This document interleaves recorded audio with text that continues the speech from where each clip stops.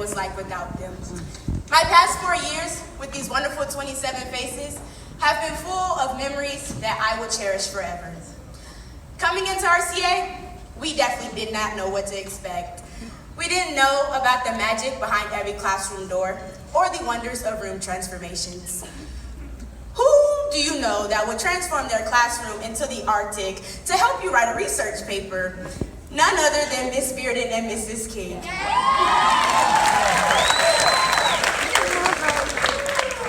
I'm sure as a class, we all remember our first couple of days, weeks, and months sailing through the seas of RCA.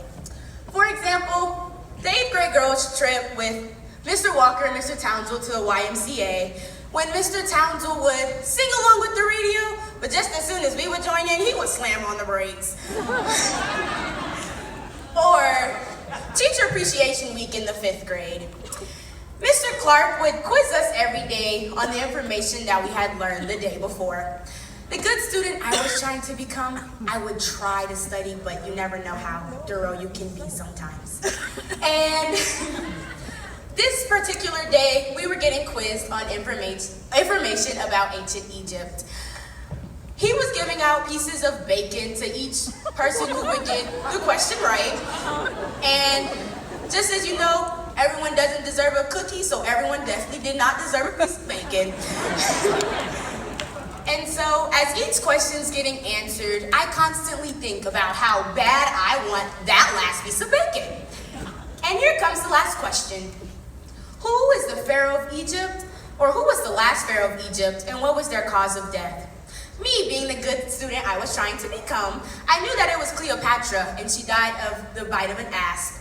But 5th grade me had to whisper to myself for self-assurance, and one of my classmates, who shall not be named, heard the answer and blurted it out. Yes, if you are guessing, they definitely got the last piece of bacon.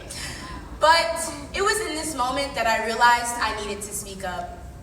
It takes one voice at the right pitch to cause an avalanche. If it wasn't for this moment of me being deprived of my rightful piece of bacon, I never would have tapped into public speaking.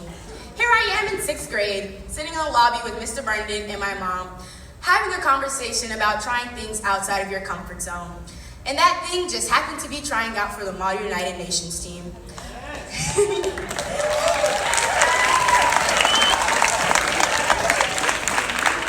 6th grade me was not really feeling it, and I wasn't understanding why I needed to try out. But, as all of you may know, it's like Mr. Burnden can read your mind at times. He says, if you don't do it now, you'll regret it later.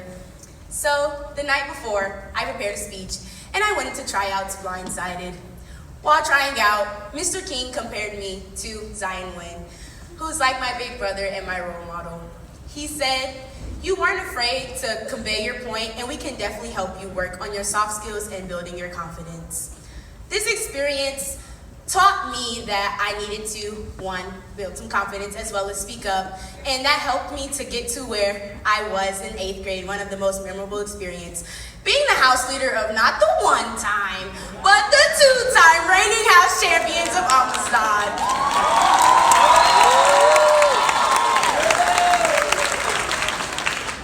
Live for the moments that you can't put into words. Over my past 4 years at RCA, I learned that confidence is contagious. I've learned that you want to catch it and spread it to everyone around you. So to the underclassmen, I have 2 messages to you. 1, don't be afraid of who you are and let it radiate through the halls of RCA. And my second message is to everyone in here.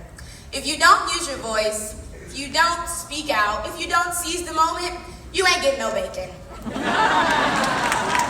Thank you.